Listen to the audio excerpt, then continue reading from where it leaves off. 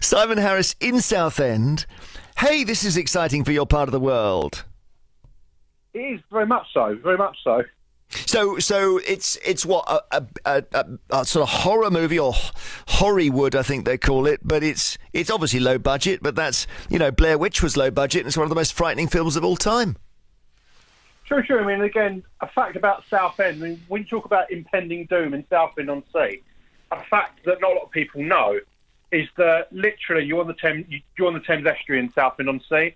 Yeah. And right in the middle of the Thames estuary, you've got the SS Montgomery, which is a sunken US ship from the Second World War with thousands of tons of explosives on board.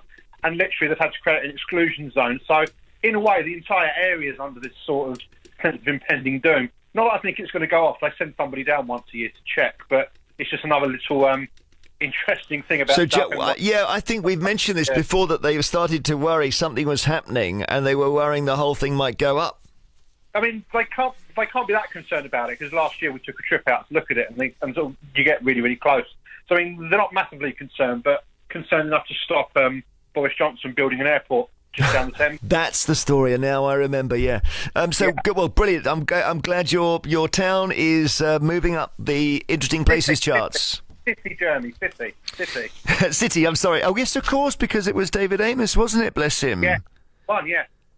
Of course. I'd forgotten that. Thank you very much, Simon. The reference to the MP for that area who was murdered.